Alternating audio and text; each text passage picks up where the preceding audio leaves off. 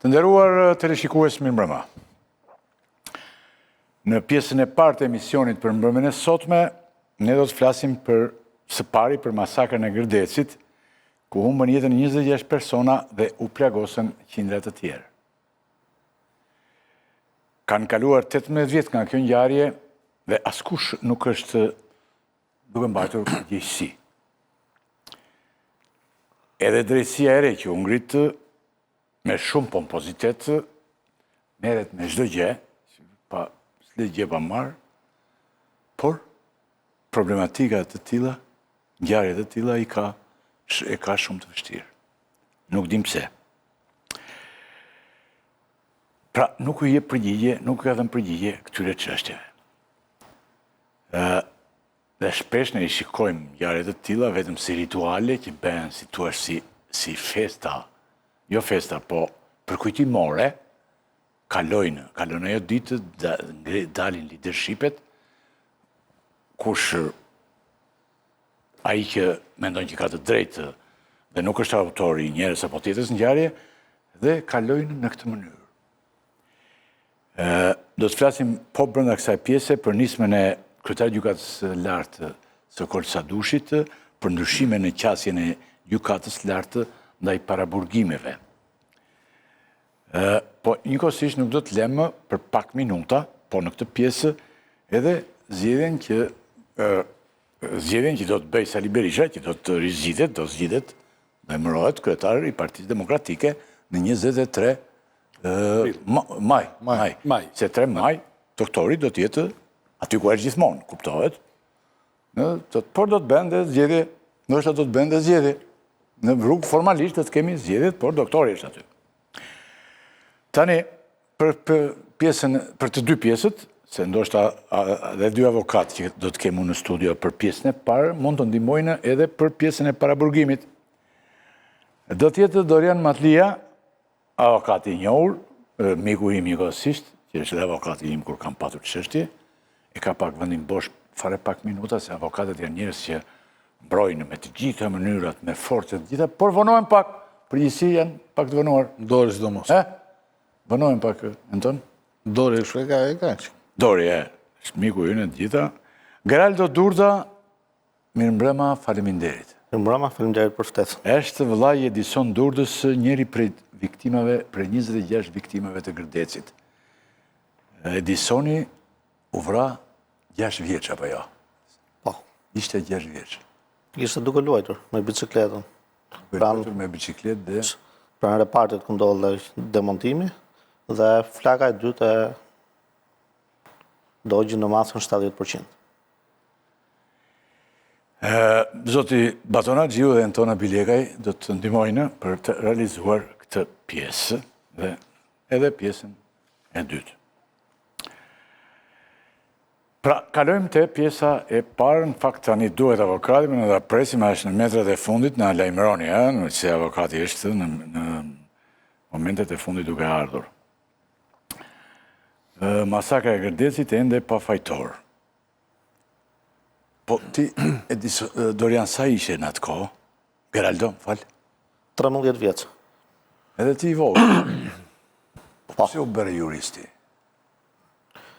Ditën e shpërthimit unë nuk ndodhesha në Gërdec, pasi kam qenë angazhuar me ekipet e futbollit të Tevutës dhe ndodhesha në Durrës, kur pasi kishim mbaruar shërbitjen edhe ndeshjen, ishim duke u kthyer në shtëpi, pa arritur në suks, u lajmërova nga Imat që Gërdeci kishte shpërthyer dhe vetë duhet u kthesha në Durrës.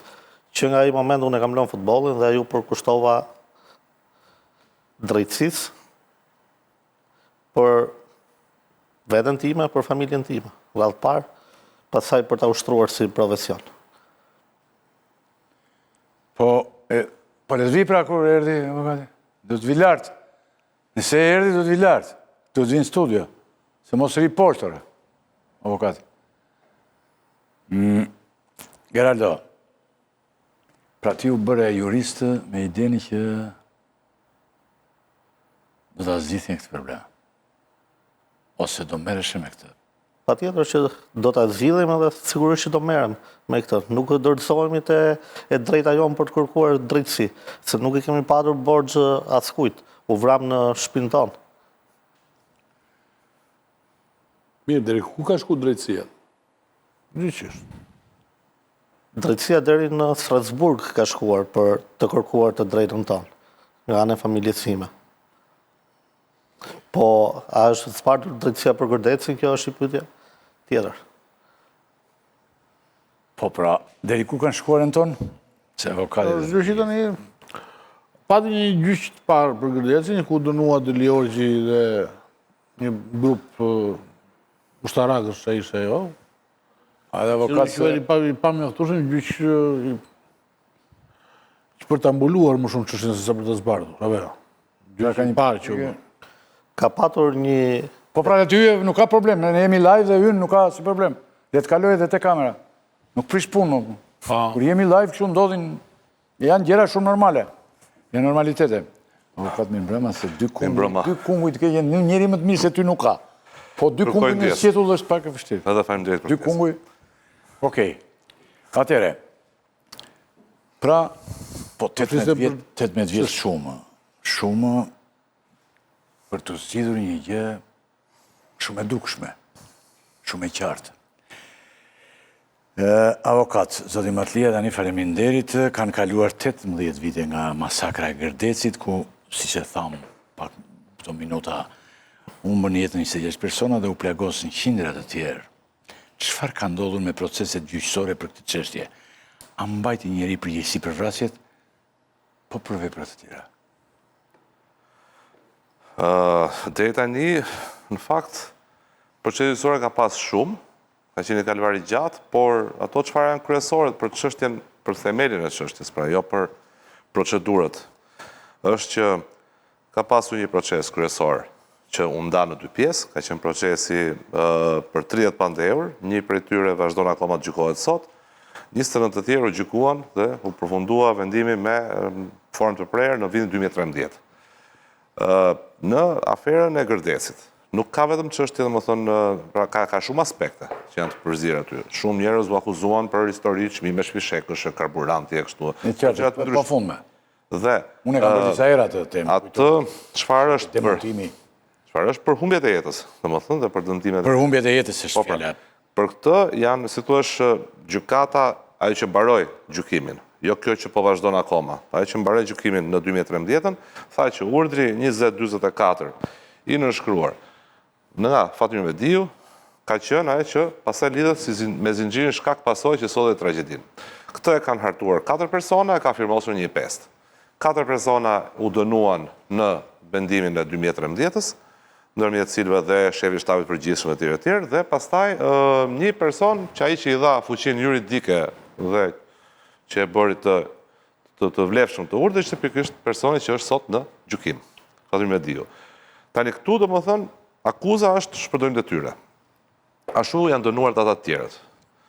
Një hetim i bërë në vitet 2008-2009 nga prokuroria e përgjithshme asaj kohe. Që pastaj më pas atë pasojën e humbjes jetës e përfshin tek dëmi që i vjen shtetasve nga shpërdorimi i detyrës. Akuza fillestare vetëm nga prokuroria në atë kohë ka qenë për vrasjen e rrethanat të cilësuara. Ajo çfarë ka shkuar prokuroria në parlament për të kërkuar heqjen e imunitetit zotit Mediu. Ka qenë me idenë që një fije holle ndan, ç'është e vërteta. Se a ishin në kushte neglizhence, a ishin pa dashje, a ishin me dashje, a ishte dashje direkte apo indirekte. Janë gjëra të vogla, janë rrethanore që përcaktojnë këtë. Qartë. Dhe në rastin konkret, prokuroria në fillim fare kishte idenë që këtu ka prova të mjaftueshme që jo vetëm thjesht u ndodhi një aksident dhe kaq, por këta kishin gjithë mundësitë ta parashikonin çfarë do ndodhte dhe nuk morën as mas ta ndalonin. Dhe kjo quhet dashje indirekte në rastin konkret. Dhe kështu, domethënë, mori një tjetër lloj vepre penale, si thush, efekt në atë kohë. Por më pas e zbuti akuzën dhe çoi ke shpërdorimin e detyrës. Sot Spaku që mori në dorë ta rihap çështjen dhe ta revokoi vendimin e pushimit të vitit 2009 që Fatmir Mediu përfitoi në atë rast se kishte një mandat deputeti dhe kishte imunitetin parlamentar që u rivendos. Në këtë kohë Spaku tashmë është detyruar të fillojë, si thua, diskutimin ku mbeti diskutimi në 2009-ën. Dhe ku mbeti te akuza shpërdorimit të detyrës. Nga kjo akuzë nuk është e thënë që mund të mos ndryshojë cilësimi juridik gjatë gjykimit në këtë fazë që jemi. Mund edhe mos ndryshojë asnjëherë, por kjo do varet gjithmonë nga gjykata që si do të lexojë provat, si do i vlerësojë ato. Ende jemi në fazën që po merren provat. Ende jemi në fazën ku prokurori ka paraqitur provat e veta dhe ende i panderi nuk ka mbaruar me komentet e tij ndaj këtyre provave. Kjo fazë ka marrë shumë kohë, ka marrë 3 vjet, sepse kanë qenë shumë prova për të marrë, janë dëgjuar me dhjetra dëshmitar, janë lexuar me mira faqe dokumentacion dhe janë marrë 2 ekspertiza të komplikuara, siç ka qenë tekniko-ushtarake dhe ekonomiko-financiare. Kështu që në këtë kuptim, ky procesi këtu ka rëndësi, domethënë për të ju bëhet një pyetje tjetër, ju thatë po personat tjerë dhe vepra tjera, apo vepra tjera kështu po. Vepra tjera. Vepra tjera aty mund të ketë edhe vepra, domethënë përveç shpërdorimit të detyrës, mund të jetë edhe vepra korrupsioni, mund të jetë shumë gjëra. Mund të jetë pastrimi produkteve dhe veprës penale, siç sot i kemi rëndomë. Tani që i bën drejtësia e ka marrë këtë avokat. Atëherë, drejtësia e re ka detyrën që dosjen e vjetër të bërë gati nga prokuroria e përgjithshme, që u pushua në vitin 2009, ta marrë këtë dosje me që u revokua vendimi pushimi, s'ka më një vendim pushimi. Jemi në gjendje siç u rikthyen 2009, le të themi një moment. Këtë me këtë akuzë do shkojë përpara, me këtë dosje do shkojë përpara pa shtuar pa hequr asgjë. Për sa i përket elementeve të tjerë që mund zbuloj rrugës, përmes metodave çfarë mund të zbulohet sot pas kaq shumë kohë, se ka kaluar dhe shumë kohë. Shumë njerëz janë gjallë, sa të tjerë s'mbajnë mend, sa gjurmë si gjendu se s'kemi as telefon, se sot përgjojmë telefonat dhe mbarojmë punë, po atëherë si kemi pasur kaq kollaj. 18 vite. 18 vite, shumë e vështirë të 18 vite, po ka qenë aq e madhe beton sa 800 vite tjetë ajo. Po dakor, po 800 vite po tjetë është shumë e madhe. Duhet të zbulosh fijet e lidhura. Dhe këto janë duke u hetuar për momentin nga spaku. Unë mendoj që ka ca mundësi. Që Zoti Mediu kalon aty te hynë del, ç'po ndodh me gjyqin e Fatmir Mediut? Ai thotë është një gjyq politik. Çfarë akuzohet dhe pse po zvaritet ky? Po tjetë një gjyq politik mbaron mbyllet. Te Fatmiri ikën në punë vetë. Ç'a po ndodh aty? Jo, s'ka kuptim gjyqi politik. Gjyqi politik ishte që do kishte në akuzë mbështetur asgjë, por akuza nuk është bërë sot nga politika e sot me akuza, është akuzë e prodhuar, siç e thash, vitet 2008-2009 kanë qenë pushtet ta individ që sot ky që akuzohet ka qenë pushtet ato. Dhe ka qenë prokuroria asaj kohe, që ngrit akuzë dhe më të rëndë madje, domethënë. Gjyq politik këtu nuk ka kuptim fare të ketë, sepse këtu praktikisht kemi një akuzë të mbështetur me 26.400 faqe dokumentacion, dhjetra dëshmitar dhe 2 ekspertiza që janë të kopsitura për mendimin tim, në kuptimin e analizës që bëjnë. Në këtë kuptim, që mos i bijem shumë gjatë, më thënë, nuk mund të jetë gjyq politik kur përgjegjësia është akuza është për faktin që ke shmangur me vedije forcat armatosura nga mbikëqyrja e rrep të operacionit siç e kërkonte legislacioni, kur ke dhënë dritën jeshile për të bërë demontim pranë një fshati që ka qenë qendër e banuar dhe pranë një rruge automobilistike nacionale, në kushtet kur donte të ndodhte në Bërgjit, u njoftua që nuk mund ta bësh pranë shtëpive të banuar dhe pranë rrugës dhe i ka shkruar letër vetë individit në fjalë, personit në fjalë. Pra domethënë ai ka treguar si thua vazhdimisht injorim të disa sinjaleve rresht të rrezikut dhe për më tepër ka urdhëruar dhe demontime kalibrave të mëdhenj në këtë zonë, dhe jo më fishek të vegjël nga ato që kur plasin dëmtojnë thjesht gishtat atij që kanë në dorë, por predha 152 mm që janë sa njeriu në këmbë. Dhe këto sollën akumulime shumë tonelata baruti, që dhe ky baruti nuk u demilitarizua kurrë, që është i problem më vete, se ka qenë procesi për demontimin dhe demilitarizimin. Pse nuk u bë demilitarizimi? Pse ky baruti nuk u mor ta zgjesohej? Por duhet të ndodhte ai farë demilitarizimi siç ndodhi me njerëzish. Se demilitarizimi është ai në një farë mënyrë, ai shpërthim. Por është pikërisht të çmangësh atë, duhet ta neutralizosh barutin. Kush nuk e dha urdhrin? Pse kishte leje eksporti nga ministria për të çuar barutin jashtë shtetit, për ta shitur atë? Sepse ishte gjithë synimi ishte për të përfituar nga çdo lloj mundësie. Pra domethënë ka shumë që nuk mund t'i bëjmë se bëjmë dot gjyqje në televizion. Por janë detajet të cilat flasin për një gjë konkrete, që kërkojnë një përgjigje konkrete nga drejtësia. Patjetër që zoti Mediu mund dalë dhe i pafajshëm nga drejtësia, në fund fare, mund ndodhi edhe kjo. Por gjyqi nuk mund të jetë gjyq politik kur ka detaje konkrete që duan përgjigje konkrete. Kjo është qëndrimi që kam unë, duke parë si njëri që e njoh dosin, domethënë, po faktikisht zoti Mediu është vetëm një personazh politik aty. A ka zyrtar të lartë që kanë shkruar përgjegjësisë zoti avokat? Zyrtar që mund të kenë shpëtuar drejtësisë. Tani aty ka indicje, domethënë edhe për persona të tjerë. Por prova bindse përtej çdo lloj dyshimi të arsyeshëm është vështirë të krijohen në këtë fazë dhe në kaq kohë mbasi ka ndodhur ngjarja. Të e thash, nuk është e pamundur, është e mundur përmes gjurmimit të përfitimeve, përmes asaj vepre penale që nuk parashkruhet kurrë, që është pastrimi i produkteve të veprës penale. Po, kjo mund të ndodhi, por duhet ta kemi parasysh që kjo është shumë e vështirë. Thash indicje ka, prova bindse përtej çdo dyshimi të arsyeshëm që kërkon standardi i drejtësisë për të dënuar një person, janë të vështira për të mbledhur. Vitin e parë unë kam patur në studio, jo për Gërdezin, po për pjesën e parë, pjesën e demontimit e gjitha këto lidhjet me Shtetet e Bashkuara të Amerikës, ku kam patur në studio Shkëzem Berishën, i cili duke kishte edhe në gjyq gazetën amerikane, nuk më kujtohet mirë. Gazetare. Gazetari. Unë e kam patur në studio shumë vitin e parë. Po për Shkëzenin ka patur hetime dhe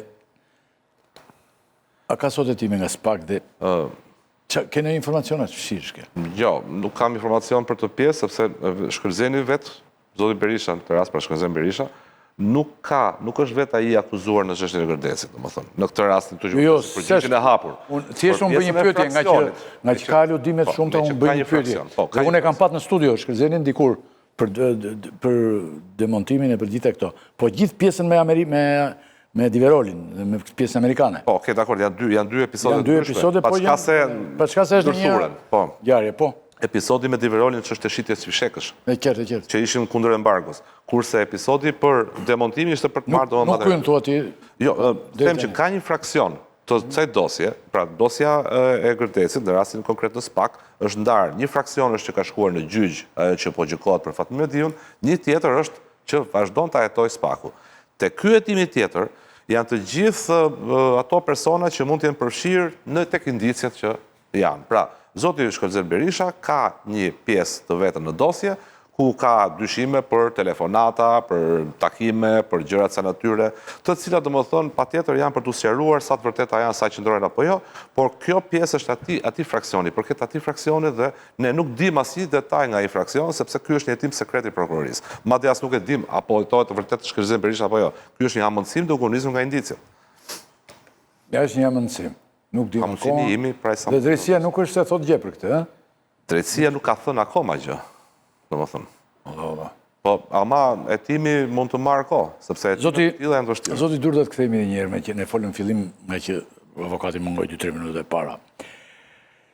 Ju humbët vëlla në tragjedinë e Gërdecit, e thamë 6 vjeç regjimi ndihmon se ka atë që mos e bëj kërkesën disa herë. E them kur unë flas ndihmon me material filmik. Keni humbur vëlla në tragjedinë e Gërdecit. Gjatë gjithë këtyre viteve, familjarët kanë kërkuar drejtësi, por nuk ka gjetur. Çfarë do thotë për ju drejtësi? Kanë kaluar 18 vjet. Pse ju mendoni se do ketë drejtësi? E gjen foton regjia për që e kërkova. Se kam lemëruar para disa minutash. Ndërshkimi i fajtorëve që thollën Gërdecin. Kjo do të thotë drejtësi për ne. Jo Gërdecin, është foto e fëmisë vllajt Geraldos, që është 6 vjeç, me nënën e vet është foto. Dhe kryeredaktori më konfirmoi mua që e kam këtë foto. Dhe e nxirrni tani, se tani më duhet. Geraldo tani pse mendon ti që pas 18 vjetësh kjo punë do zgjidhet? Shiko, fakti që ne sot flasim... Kjo është, këtu është me nënën në Geraldo, ha? Me ti mama. Me nënën tuaj. Pra, është Edisoni 6 vjeç. Po. Dhe i po luan të theti, mos e largoni. Mos e largoni. Ishte duke luajtur me bicikletë pra në repartit ku ndodhi shpërthimi, nga shpërthimi pësoj djegjet të trupit 70%, ju nënshtrua 3-4 operacioneve, nuk mundi të mbjetonte. U kthye nga Italia, në datën 4 prill, çuditërisht edhe me antarësimin e Shqipërisë NATO. Qartë. Dhe çfarë mund të them më shumë? Po fakti që ne sot jemi këtu dhe flasim për gjyqin e Gërdecit, po i quaj, që po ndodhet në GKK, është falë përpjekjes së familjes Durda dhe familjeve tjera, bashkë me studion ligjore, që kanë arritur të riapin një proces të arruar në zyrtaret e gjykatës së lartë.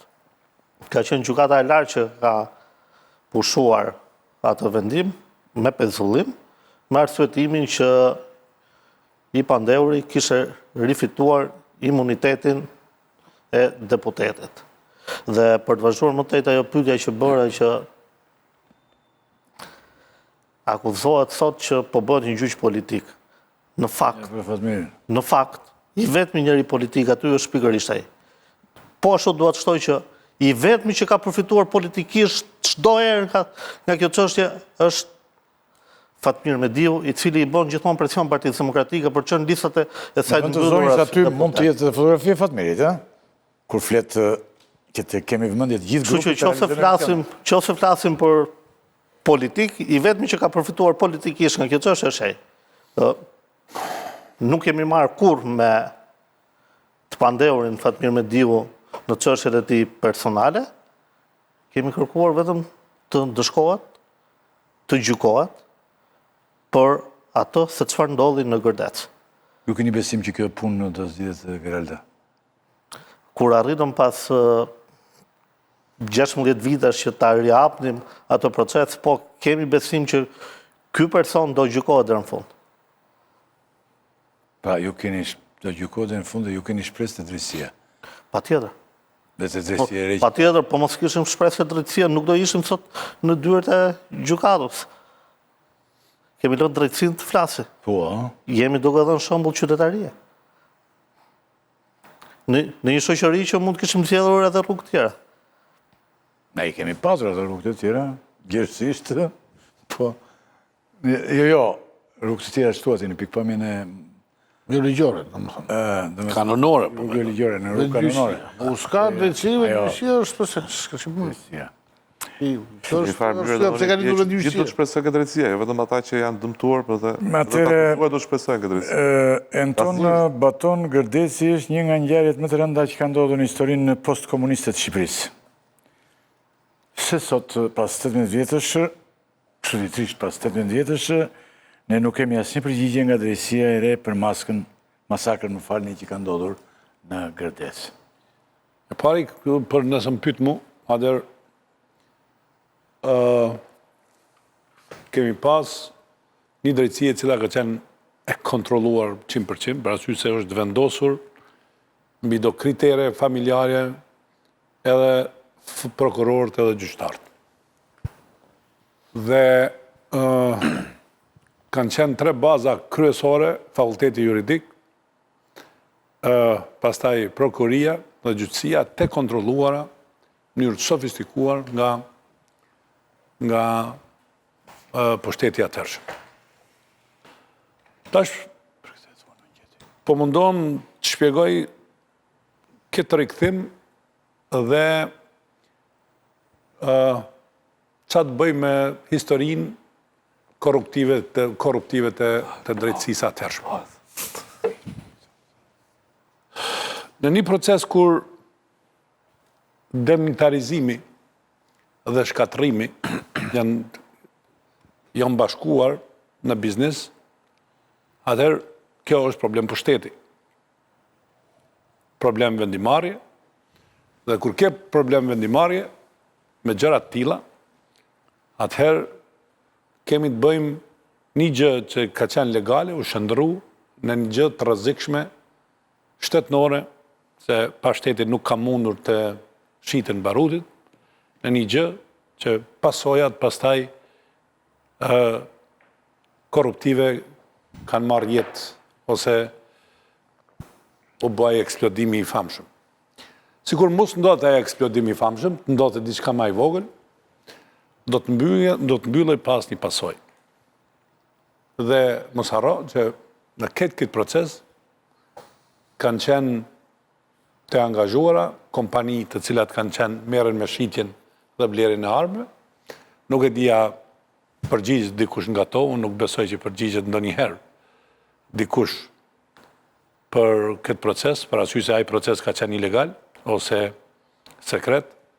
Dhe mbi këtë proces sekret është e pamundur që nuk kemi një përgjegjësi shtetënore. Dhe kjo përgjegjësi shtetënore, vetëm nëse gjyqtarët kanë pa filma pak dhe nuk ishin ballafaquar me këtë realitet, vetëm filme më pas pa e kishin marrë një vendim të lehtë. E le më të ndodhin ka gjëra të tmerrshme dhe ky proces nuk është zgjedh me drejtësi pas 18 vitesh. Në një bërtim të madhe të malit dhe të asaj pjese, në një bërtim të vrasjeve, në një shkatrim të gjitha asaj që ka ndodhur aty, nuk ka të dënuar. Dhe unë kur po flas nuk ka të dënuar, ata të cilët janë dënuar për gjëra të cilat janë periferike në krahasim me ngjarjen që ka ndodhur. Unë po flas këtu si njeri para së gjithash me një ndjeshmëri të ngjarjes, për arsye se kam përjetuar vetë, kam qenë në Tiranë dhe në pamjet parë është dukur si dhimbje kur e kemi përjetuar, është dukur si një hata që i ndodhi Shqipërisë në një situatë që sapo kishte marrë gëzimin që kishte hyrë në NATO. Me akoma, ishte... Po, ishte në... Do bëjnë në 4 prill, se... Po, në 4 prill. Ose ishte para se... Samiti për pranimin. Samitin. Dhe Samiti në të vërtet, po, Samiti e mbuloj namin e të keqës se ngjarjes. Tash,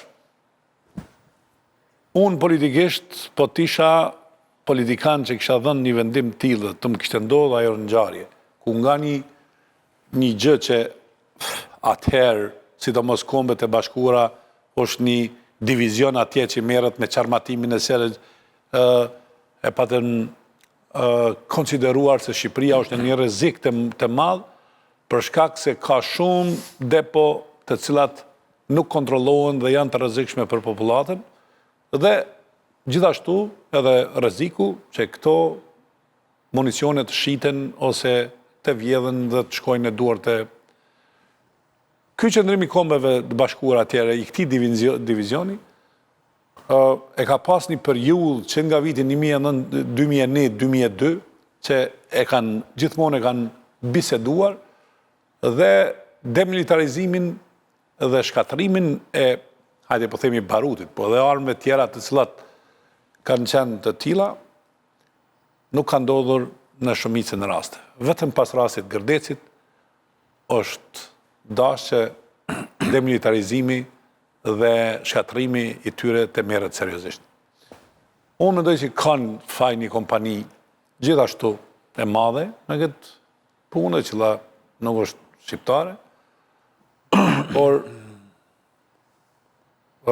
me thënë drejtën, kompania më e madhe që ka është pushteti atëhershëm, i cili do të jep përgjegjësim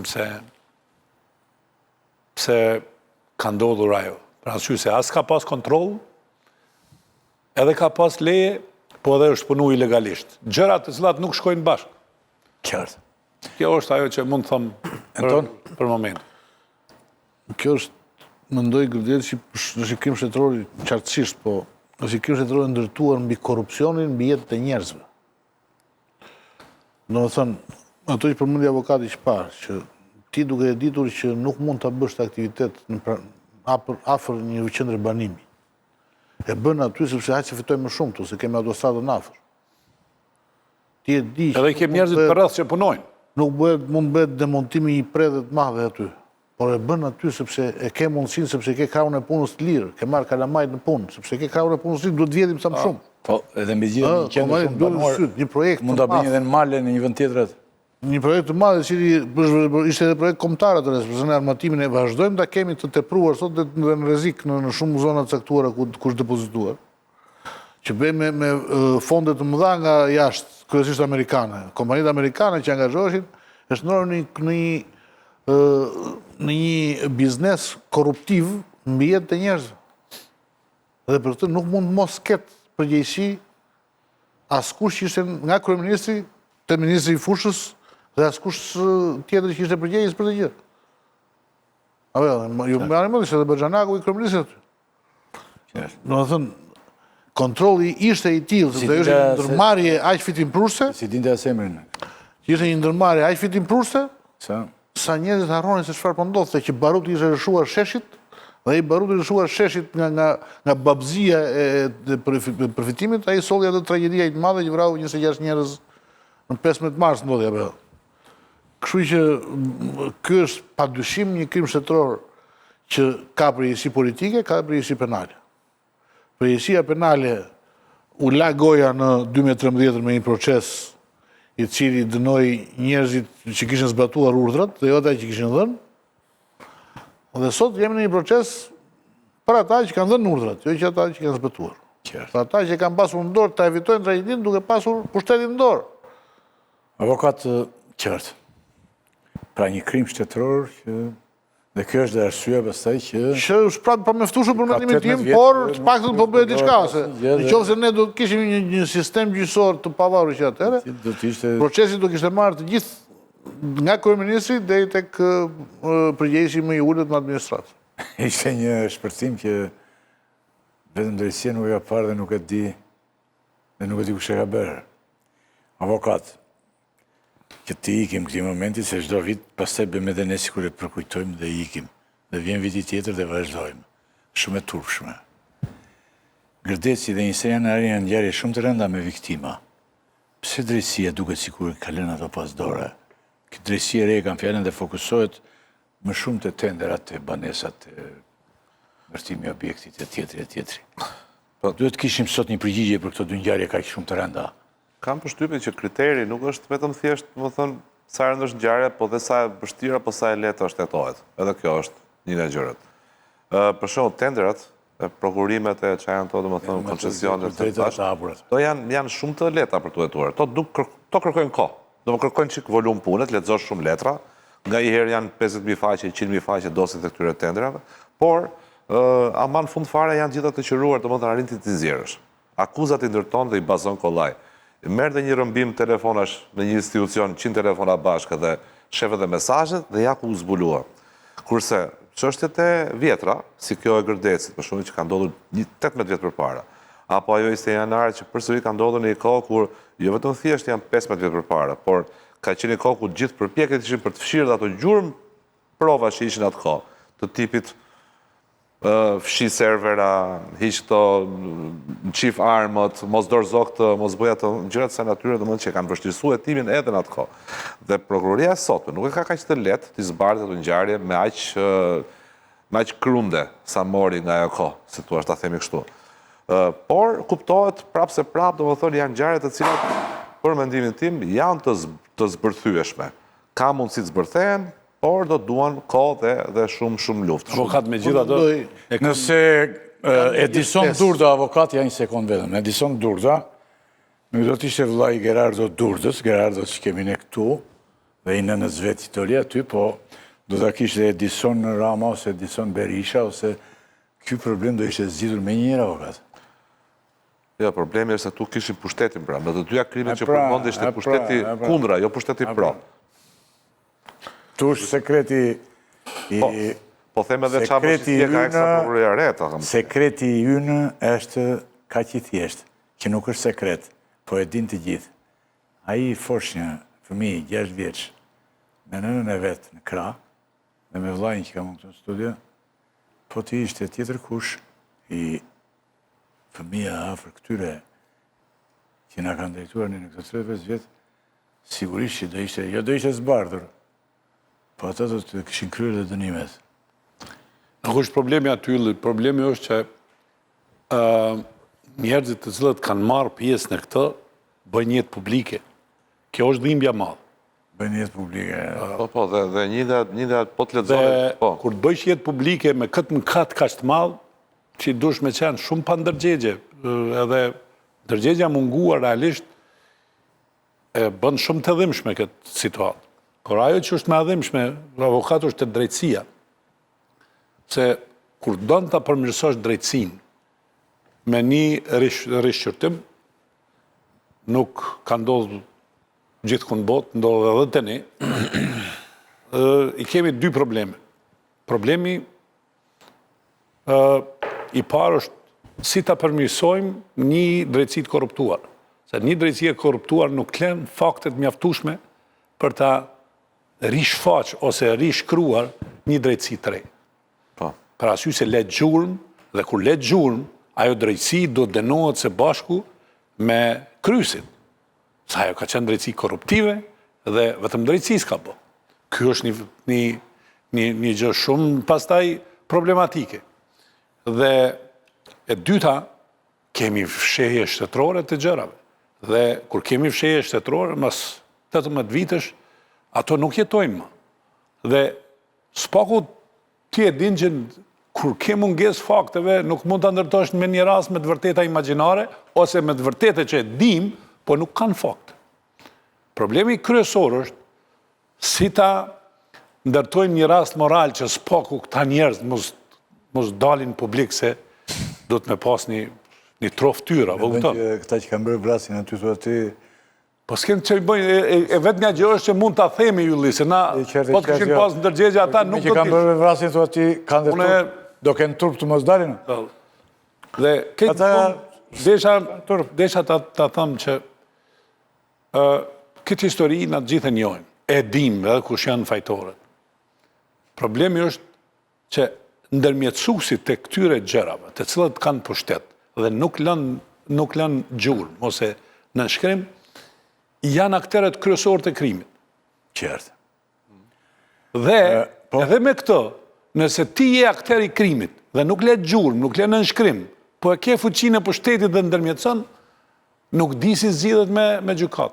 Me gjithë që familja kërkon drejtësinë. Janë probleme mbi të cilat na vetëm moralisht mund i zgjedhim. Na mund të themi që ky njeri, ky me emra na i dim gjithë kush janë, por a mund na zgjedh kjo drejtësi e re me mungesë faktish nuk e di. Unë nuk besoj, por ajo që mund ta themi publikisht. Këta njerëz, moralisht kjo është një ish-dasht, me ish-duk edhe me u përmend emrat, të limë, të jetojnë, të lirë dhe të na përfaqësojnë neve. Kjo është problem serioz pastaj. Geraldo, ta mbyll me ty unë këtë moment. E hapëm bashkë dhe ta mbyllim për bashkë. Tani ti punon avokat? Po. Kësa njerëz e drejtësisë si ke takuar, që merren me këtë punë, në njerin prej tyre? Ja. Dhe ti thuash kam ardhur për këtë, dhe ti nxjerrësh nga xhepi fotografinë e vllajt. Unë jam avokat, si thuash, mbroj dhe të tjerët, por kam ardhur për këtë. Mjaftojnë ato reagimet e mia në sallën e gjyqit për kuptuar se çfarë mendoj unë për atë proces. Se kemi parë gjatë atij procesi që na është thënë që sikur demontimit ishe bërë të mali me gropa do kishte sjell po të njëjtat pasoja. Ja, nuk vriste civil, nuk vriste vllajën tënd. Kështu ka thënë i Pandeuri në sallën e gjyqit. Dhe kur një sallë me gjyqtar dhe prokurore lejon këtë gjë, do më duhet mua si familjar që të reagoj. Qartë. Megjithatë, Geraldo tha, dakord, mund të ndodhur dhe mund të ndodhur dhe një aksident edhe në vend tjetër. Problemi është që fëmijë do ishin viktima në atë rast. Kjo është pyetja. Erison Durta ishte jashtë repartit me bicikletë, me çunin e vet xhaxhait, dhe ai u plagos. Flavio Deliu 3 vjet që ishte në shtëpi. Flavio Deliu ishte në shtëpi. Me njerë pas Gërdezit, kur pat fillu procesi gjyqësor, thonin, paramendojnë e gjitha tragedi, thonin, duhet të dënohen ata që kanë leju fëmijët të punojnë aty, paramendojni. Kjo ka qenë cinizëm maksimal për një pushtet i cili nuk ka posë në Dikush është problemi për... Do të dënohen ata që në demilitarizim banonin aty. Pse kishte banojnë aty. banimi? Mja mësu zanatin e demontimit fëmijëve. Edhe pastaj mbetesh në pushtet ose njeriu ende është deputet. Si mund t'jesh ashtu s'paku nuk. Drejtësinë e re sot është që drejtësia e re, një nga çështjet e mëdha që ka tronditur vendin, të paktën duhet ta zbarë, duhet t'jap prioritet. Nuk mund t'i trajtojë gjithë çështjet e mëdha. Hajde bëjmë nga një gjyq. Paktën një o burrë. Hajde bëjmë një thirrje, hajde zgjasim Paktën një. Hajde, të paktën njërin do thotë, do i lëm një prokuror vete, një grup çka quhen policës policisore, po. më vete, një gjyqtar më vete, të merren me këtë çështje nga fillimi deri në fund, të japin përgjigje, sepse po i dhan përgjigje një çështje të madhe, të paktën mbyllin një plagë të madhe. Tregon që ka një vlerë, godet një njeri, një politikan dhe një politik të gabuar. Nëse kështu siç po vepron këtë drejtësi e re, ne s'kemi sot, kemi vetëm dënime të njerëzve të nivelit dytë, asnjë çështje e rëndësishme nuk është zbardhur. Asnjë gjë s'ka marrë përgjigje, asnjë pikpyetje jona s'ka marrë përgjigje. Por e merr korrupsion. Dhe këtu duhet të shtoj edhe një fakt tjetër që dy standardet e drejtësisë të re, që i pandehuri Fatmir Mediu sot është pa mas siguria. Ajo Ikën, udhëton jashtetit, shkon SBA, vjen, na flet politikat e mëdha amerikane. Normalisht, besoj se ai kanë dorës. Jo, ka gjyqi shtyhet për këtë arsye, se ka ikur jashtetit. Sot kjo është tjetër gjë, është pa mas sigurie personale, një njeri që akuzohet për shpërdorim detyre, po mund shkoj deri në vrasjen në rrethana cilësuese. Dhe kemi pushtetar të rangut të dytë, siç e thatë edhe ju, që sot janë me masa shtrënguese dhe i ka. Ndoshta, të nderuar televizionistë, drejtësia do të fillojë të bëhet e drejtë, ne të mos mbledhemi përsëri në marsin e vitit që vjen, baton. Do mbledhemi. Ulemi përsëri këtu dhe të bëjmë një ritual, të bëjmë një gjë siç e bëjmë çdo vit, që është edhe për turpin e të gjithëve. Ikim nga ky moment. Prapë është drejtësi morale yli. Së është drejtësi kjo. Qërë, ne këtë kemi. Ikim nga ky moment, gjykata e lartë ka nisur tani procedurën e ndryshimit të praktikës së njësuar për masat e sigurisë. Shqipëria është, si që dim, është mbushur plot me të paraburgosur. Burgjet janë plot, kam shumë të paraburgosur se sa të dënuar. Tani, praktikë për të njësuar masat e sigurisë, pra dhe është një nismë gjykatës lartë e kryetarit saj, zotit Sokol Sadushi. Çfarë janë ndryshimet konkrete që ka propozuar Sokol Sadushi? Avokati jeni gjendën e thuash ne çfarë kërkon avokati? Jo, kam përshtypjen për këtë pjesë ty, po. Kam përshtypjen kjo është një çështje që ka shkuar për unifikim. Pra domethënë unifikim. Do duhet bëhet një unifikim i praktikës gjyqësore. Është një plagë shqetësuese shoqërisë shqiptare. Me keqardhje kjo ndodh vetëm kur u prekën interesat e disa personave të pushtetshëm nga njëta plagë, por ka dekada kjo histori. Vetëm tani erdhi puna që u prekën sa të fuqishëm që... Po ndoshta mirë të bëhet kjo, le të vi veza tani apo ja? Më mirë të bëhet e vonuar se mos bëhet kurrë. Është e rëndësishme. Sepse këtu pa ardhur veza, në këtë vend ku jetojmë ne, nuk ndodh. Që është pra, propozimi konkret tu, se jo, për vërre në media është kësheri që pse bën, përse që është tek, ja do të themi dhe ne pak më pas, po propozimi është për të unifikuar praktikën gjyqësore, pra për të vendosur standarde, se si për të orientuar, le të themi, gjykatat e shkallëve të para të dyta, se si do të veprojnë konkretisht me... Në mënyrë që ne të mos i mbushim plot me të paraburgosur, dhe pastaj ata në mund të ndodhë që të mos na kthehen dhe në të burgosur. Jo, ligje ka që është masa ekstreme, përdoret e fundit vetëm kur asnjë mas nuk funksionon dot. Po gjykata duhet gjithmonë, sipas ligjit, le të çandot praktik, sipas ligjit, duhet të argumentojë pse kjo masa nuk bën punë, pse kjo masa nuk bën punë, pse kjo nuk bën punë, dhe pastaj çfarë të bëjmë ne tani, jemi detyruar të bëjmë arrestim me burg. Këtë analizë nuk e bën asnjëherë gjykata e shkallës parë, asnjëherë. Nuk e bën. Jo, edhe gjithmonë merr çfarë thot prokuroria burg, po burg, dakor. Por Shqipëria, avokatë dhe të nderuar të kolegë, Shqipëria ka vërtet një problem të madh me paraburgimin, të evidentuar dhe nga Këshilli i Evropës. Megjithatë është kjo, Vjen pikërisht tani, avokati thot nuk është halli i popullit këtu. Është halli i politikanëve, ndoshta edhe halli i politikanëve të korruptuar, po më mirë të bëhet për hallin që të përfitojë dhe populli. Se populli ndryshe s'ka si përfiton baton, ja si mendon ti. Ja, unë kam... Megjithatë, do të kthehemi në një histori të paraburgimit. Do të pranojmë që shteti shqiptar për një kohë ka funksionu vetëm për raste ekstreme. Detyrimet e qytetarit kanë munguar për një kohë gjatë.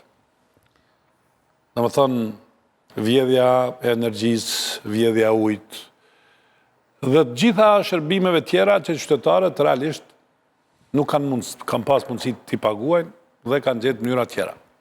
Dhe gjithashtu që krijuar një kulturë e mos ndëshkushmërisë për gjërat tilla, që u bë normale. Ju besoj që e kujtoni që nëse hyjmë statistikave, vetëm 40% e popullatës paguanin energji dhe vetëm 27, po tash të më kujtohet sakt, dikur pagesat e faturave të ujit, mos të flas, që të pagesat e plerave s'kan ekzistu fare. Dhe ti ke ekzistu në një shtet ku këto shërbime janë paguar me taksat tona, ose me taksat e shtetit, duke mos krijuar një kulturë të pagesës e faturave. Dhe në rastet tilla, shteti do ta tregoj rrëfimin e vet pse këto janë të domosdoshme. Nuk e bëri. Pra sy se trashigoj një periudhë 25 vjeçare, 20 e sa vjet, dhe kur filloi ndëshkimin e fortë, paraburgimin. Këto e ka bë qeveria e Ramës. Duke ashpër, ajo qeveri tjetër e anashkaloi të gjitha këto gjëra, dhe kur i anashkaloi të gjitha këto gjëra, erdh shteti në një gjë të pamundur për të krijuar një kulturë të pagesës. Dhe natyrshëm, kur filloi hapi parë filloi me ashpërsi. Dhe u krijua pastaj paraburgimi si e vetmja mënyrë për ta bindur qytetarin që pagesat janë domosdoshme për arsye se ti ato shërbime pi merr. Dhe pastaj kjo mbeti si kjo kulturë e pandëshkushmërisë u shndrua në një kulturë të ndëshkushmërisë së ashpër. Nëse ju kujtohet, por këtu e kemi amnistu përgjithësinë e qytetarit. Është amnistu totalisht. Edhe mediat kanë bë gabim, edhe mos flas qeveria që nuk ka krijuar diskurs gjuhë se ka ardhur momenti që qytetarët të ndërgjegjësohen dhe ta duan shtetin e vet. Nuk e bën këtë. I paraburgosën. Dhe kjo mbeti pastaj si kulturë, paraburgimi mbeti si kulturë, ndëshkim për gjithë ata të cilët nuk i kryjnë këto. Dhe tash, po vim të një moment kur kjo u bë rregull. Paraburgimi u bë diçka mbi të cilin neve na duket normale. Pra arsye se na nuk jemi shoqëni normale realiste, e kemi përjetuar gjitha këto gjëra. Nëse po dojmë rrëfimin e paraburgimit se si ka ndodhur kjo. Tash, rrin presidenti 2 vjet paraburgim, nuk na vjet turp neve si shoqëni. Çfarë do që të ketë bërë, nuk ka bën masakër që ai të rrin 2 vjet paraburgim. Po pse ne na vjen kujtohemi për këtë gjë vite të tëra. Ja ta tregova pse. Paraburgimin mbushur plot, dakord. Pse? Po njerëzit kanë harruar pse ka ndodhur kjo.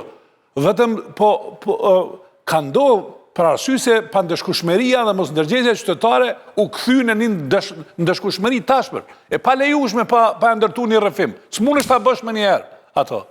Sikur krijohet një diçka e re, ti do t'i bindesh pse do ta bëjnë qytetarët ato. Dhe tash kemi ardhur në gjëra të cilat janë drastike për mua. Janë tashpra që kjo në botën moderne quhet torturë. Ta mash një njeri 2 vjet paraburgim është torturë. Momenti tjetër i paraburgimit është friga nga të fortit. Me qenë se kultura të fortit të na ka qenë një kod gjatë, afirmative, dhe pastaj në një moment tjetër u bo, po themi kështu, nuk ishe dëshirë të identifikoshe, po nuk mund të ndrosh kitë kulturë të afirmative në ndëshkim me njëherë, se u problematike.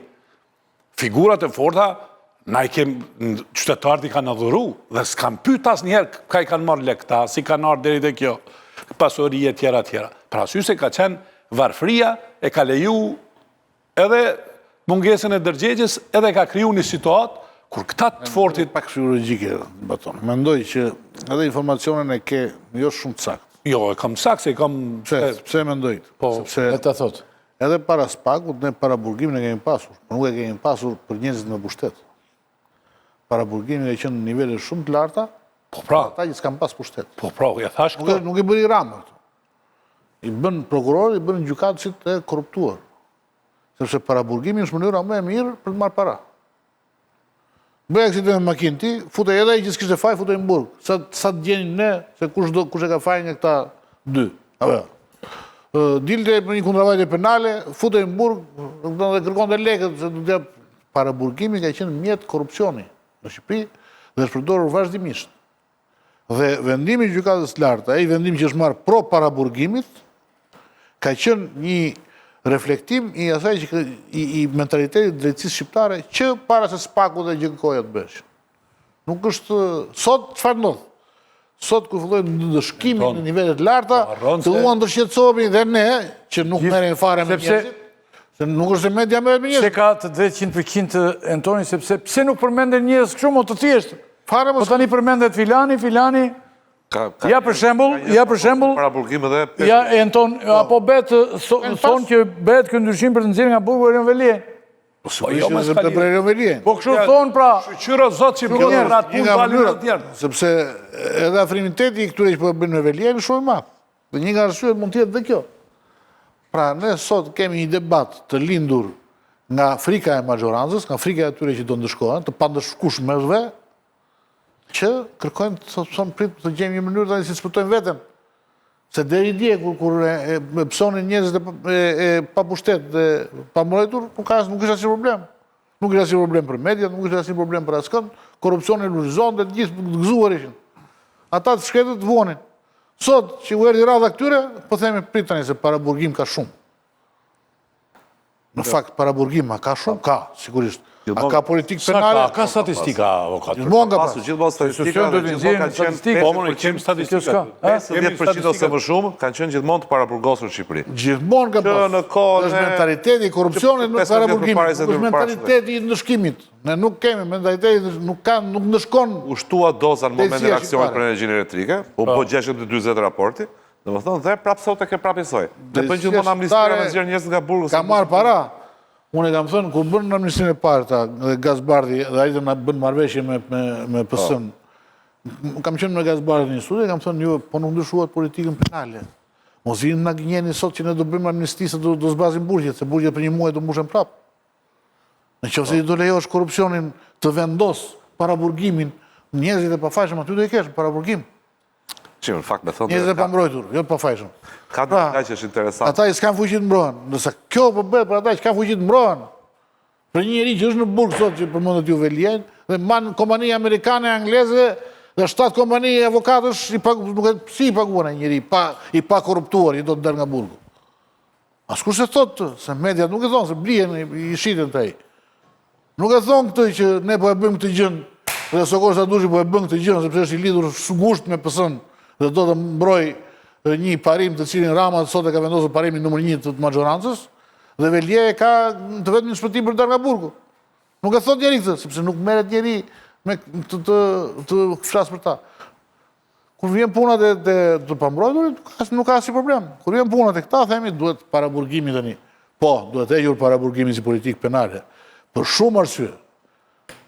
Edhe për arsye se ne nuk mund të paguajmë kot para për njerëzit për një kundravajtje, edhe për të mos i dhënë korrupsion më shumë para të pista drejtësisë që i përdor para burgimin për të marrë para, edhe sepse nuk mund të jetë kjo shteti represiv zgjidhja për problemet e njerëzve. Përkundrazi, është më i keq. Anton, Por, kur përdoret sot për arsye për të mbrojtur një grup njerëzish të caktuar, atëherë nuk... Njëtin gjë po themi. Se Antoni po thot tani... Po ka qenë parë. Po, Antoni po thot batoni një gjë shumë thjesht, sipas mendimit me sa e kuptova unë. Që çdo e keqe ka një të mirë. Do me bëhet për këta, bëhet për këta, dhejnë të, i kanë marrë në burg tani me shumit. Nëse bëhet vetëm për ta, do ketë parasysh vetëm këta, do bëhet të buar. Që do bëhet vetëm për këta, do dhe? Po, ai do marrë një rast aty. Popullata nuk del do ati, kjo pjesë e madhe. Molla ajo është për krimin organizuar edhe për Në fakt ndesha ta paragjykoj këtë nismën e kryetarit të gjykatës lartë se sa herë ndryrojmë politika, diçka bëhet gabim edhe në fund e populli. Po, për këtë rast, kryetari i gjykatës nuk ka lidhje me politikën. Fakti që është marrë kjo nisëm, vje fal një presioni politik shumë të madh për të ndryshuar masat e sigurimit. Zakonisht me presion politik bëhet, se jo ndryshe. Me presion politik... Jo, çdo gjë është politik, po. T'ja themi popullatës që... Anton, t'ja themi popullatës që çdo e keqe ka një të mirë. Do me thënë, lirohen këta, të mëdhenjtë që kanë marrë, po mbase lirohet dhe popullata. Po nuk u lirua popullata si shtot Antoni, nuk duhet bere. Fazi, na popullata lirohet. Vetëm, nëse ju kujtohet... Që pastaj lirohen këta, mo. Tash, mund të gjej 2011... Do me dhe këta që... Ta në burë do jenë prapë bugje Ta që vjetin lopën ke aty, do t'i prapë. Pas do jenë mua, ta në burë do jenë prapë. Do me thënë këta të lopës i kene burë. Ata u shenjë, beton me para. 2011, yli, 2012, Frankfurter Allgemeine Zeitung e ka pas veturat e gjykatës, një avërsisht edhe prokurorisë. Në Shqipëri, veturat më të mira i ka pas gjykata dhe prokuroria. Artikulli, që neve as njerës në ka shku në mendje, ka qenë si është mundur që këta njerës, po vetëm pak ta përfundoj, vetëm si është mundur që këta njerës jetojnë me drejtsin e janë kashtë pasur. Dhe me thënë, që këj moment korruptiv që e përmeni Antoni, që para burgosja ka qenë mënyra sofistikume e korrupcionit, ose e marrës legve, se ka qenë me leta për të shpëtuar njeriu nga burgu, mjak pare ta liroj. Dhe për njerëzit e thjesht, askush ose s'ka pas pasoja në profesion. Vetëm kur u formu spaku, kur e kanë arsyetu pasurin, kam pa që këtu ka pas një korrupcion serios. Në them të ikim këti momenti... A, di që në ta... Janë më të pak korruptuar të këti vëndi, me thëmë. Kush? Gjukatat? Gjukatat. Gjukatat të zanishme, po... Shikoni proces të vetikut, sepse analizoni proces të vetikut, do thëmë, ja, dikush oj se kishte i garazh më shumë, dikush i shpi më shumë, janë të pak rasushme me nivelin e politikës. Të pak. Ja, politika është pak rasushme fare. Ja, s'krahasohen me politikë. S'krahasohen. Gjyqtarë, prokuror, janë rangu të poshtë, Burse i fshenë një pjesë... krahasim me ministra, kryetar bashkisht. Aqë kapën avokat. Shiko, se avokatët tani më të mbrojnë sistemin, në regullë. Jo, jo, të mbrojnë sistemin. Jo, më i mbron kolegë. Kolegi ka. Janë frakte këto. Më thot një... Kolega mund të jeshtë dhe ti nëse gjyqtarë. Një kolegu ynë më tregon një histori... Gjyqtarë dhe i plotëson të gjithë mjekër tinjur me të gjitha moshën. Do të jetë gjyqtar i lartë më. Ylli, të tregoj vetëm një batut një kolegu tonë. Thot, takova një nga këta që ishin kështu... Ti ke parë në fakt që vetëm gjyqtarët e shkallës më të lartë i ke 25 vjeçë. Se është turpi bës. Po. Që ne i quajmë kriminal organizata kriminale, i thot, ikse ti e kreu organizatës kriminale, i thot kyme, se e njifte. Dhe unë jam kreu organizatës kriminale, unë tha që për të darë nga burgu, tha, se për të ullë dënimi më paguaj lek të prokurori, a i është tha kreu organizatës kriminale, a i që merë lek dhe mua. Ti isha unë, tha, si jebi as i lek, do isha i lirë, tha. Tani këta janë të shtua, politika dhe drejtësia në Shqipëri kanë bashkëpunuar. Të presim çdo ndodhë, paka shumë vjedhjen e njerëzve. Të presim çdo ndodhë, paka shumë konkluzjoni ky është që çdo e keqe që vjen, domethënë vjen për një, po sjell do gjithmonë rastësisht sjell në një të mirë në vendin ku ne jetojmë. Nuk e sjell nëse nuk bëhet. Po nuk e sjell thotë Antoni sepse këta që vjedhin lopën prap do rinë në burg. Atëre kemi edhe një moment tjetër që ju mund thoni edhe një fjalë po doni, ëh. Dy avokatërit mund thonë një fjalë ose mund mos flisni fare, po dëgjoni zëren se jeni para televizionit dhe dëgjoni pak minuta që ne do flasim për një gjë të vogël tjetër. E vogël jo se është shumë e madhe, e rëndësishme. Doktori ka vendosur që të datën 23 maj të zgjidhet, edhe pranvera ngrohet shumë, moti ngrohet e gjitha, dhe zgjidhet prap ka marrë vendim do me thënë, do bëhen të gjitha këto formalitetet, ndoshta atë ditë, baton, është ndërtuar që të bëhet në 23 maj, dhe doktori do t'jetë përsëri kryetar i Partisë Demokratike. Tani, sot u tha kjo, e ndoqët, Anton? Shmendim këti tani, doktori do t'jetë aty, kryetar, vazhdoj. Po tani, S'ka kusht tjetër, toj tjetër, se... ne do shikojmë që do vajtë procesi. Nëse Berisha, me sa kuptua, Ka Saljani u dyshime të aty që skualifikua. proces më ndodhë të rrezikojë doktori? Jo, skualifikimi i Saljanit për shembull ishte një lajm i keq. Do të tregon edhe një herë që do vej nga fitore në fitore me doktorin çështja. Por nuk e di sa do i shërbej Partisë Demokratike kjo për të ardhur në pushtet. E sigurt është që i shërben që të jetë në opozitë të sigurt, forcë e parë në opozitë. Se ata opozitarët që mbështesin Berishën do vazhdojnë ta mbështesin.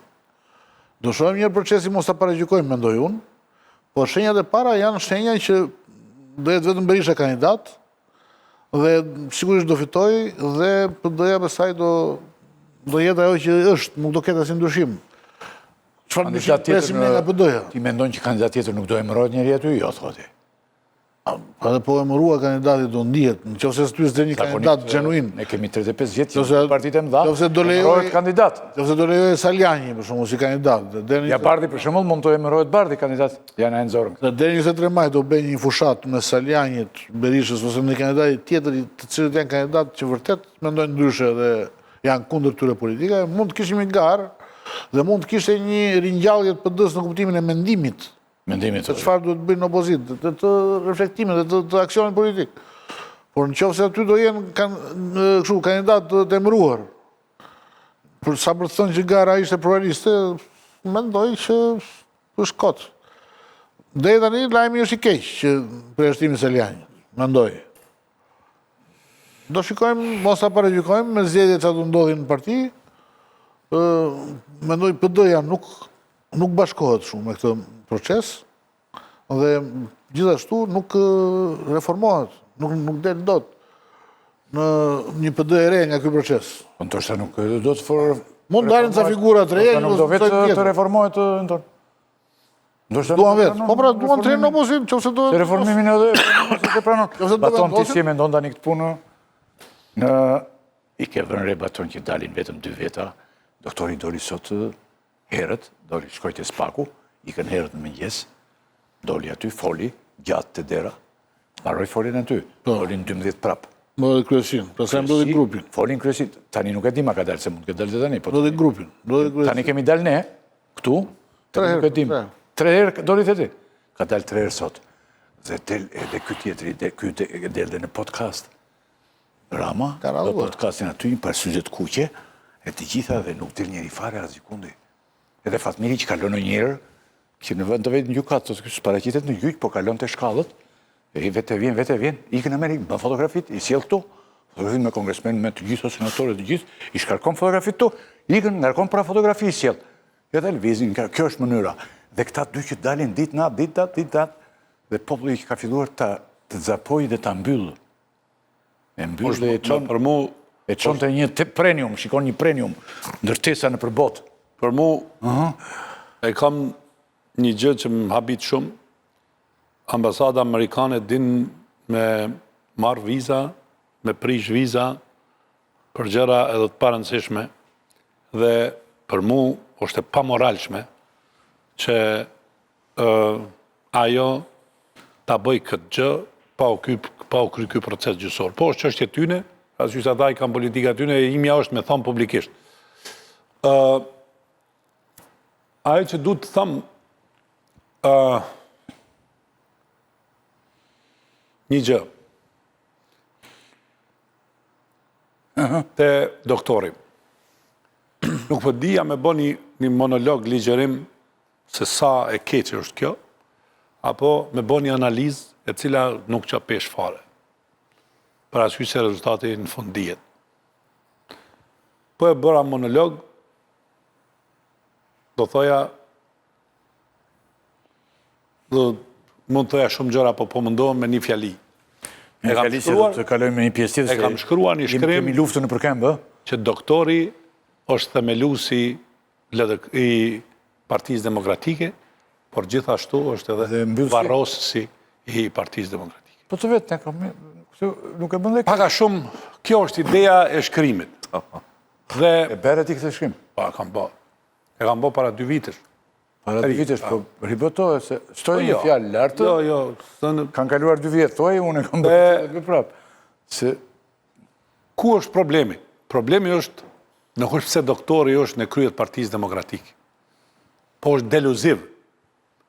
Një 80 vjeçar donë të marrë me vete kryetarin e Partisë Socialiste.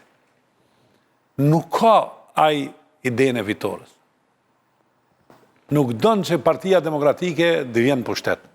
Nuk donë që Partia Demokratike të reformohet. Nuk donë që Partia Demokratike t'i lehet një gjenerate me një fitore. Dhe më thonë, të gjitha këto, doktori nuk i bën.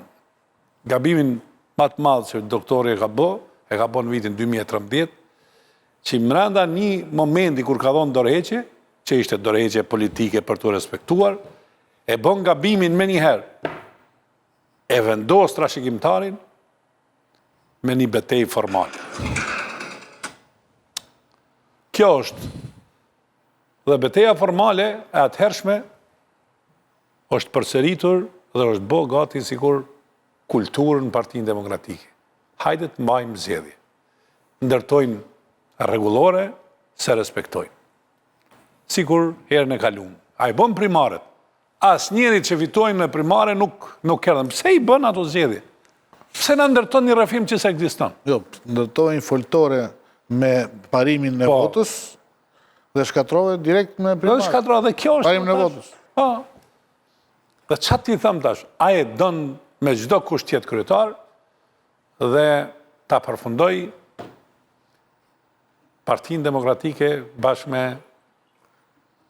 s'po muj me nxjerr atë fjalë, se s'ka kuptim. Po e the, Bashkë me varrimin e saj, mu vjen keq për Partinë Demokratike që të përfundoj në mënyrën e tillë, pra se se meriton Partia Demokratike me përfundim. Batone, mund bëj që Se meriton. Avokat që mendon ti për këtë gjë tani. Për këtë... Këto gjë. Se ti duke qenë jashtë kësaj pune, mos, se ti je avokate në ikën punë tjera gjithë dhe kthehesh në shtëpi dhe hap këto. Shikon doktorin e dramën që flet ditë natë. Për këtë që mendon tani që do të zgjidhet doktori prap. Edhe do jetë gjithmonë. Gjithmonë ai është. Si kena një frazë. Ç'ke menduar ti ja? Qa mendoj unë? Unë mendoj që i japim shumë rëndësinë i partia private. E është parti private. Jo. Aje ka të vetën, Ja, ka drejt. tama do ta marri me vete. Ndërmarrja deri nuk në fund. gjykojnë ndërmarrjet ka që e ka drejt apo? Nuk të gjithë e dinë se që do zgjidhet, të gjithë e dinë se cili është rezultati pasaj se partia më brapa prap. Avokat. Që do të thotë Jo, që do si thuaj Fjalën private, mos e përdor, aman. është private sepse nuk është vetën e një gjë vetë publike private. ka rregulla si menaxhohet. Kur i vendos vetë rregullat e bën private. Private. Domethënë, Tani, rregulli është privat aty. të nderuar teleshikues, deri këtu ishim për këtë pjesë, përpoqim thoshim në një gjë, deri në pjesa e fundit e tretë kishim të pjesës parë, pjesa e tretë dhe pjesës parë, ku doktori do të rizgjidhet në datën 23 maj.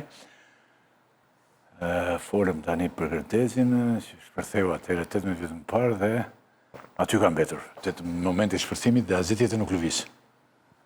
Folëm edhe për që popullata mund të lirohet tani nga paraburgimi i madh, por jo, doli dhe dyshimi që mund të mos lirohet dhe të lirohen vetëm këta, të rëndësishmit. Të presim dhe të shikojmë.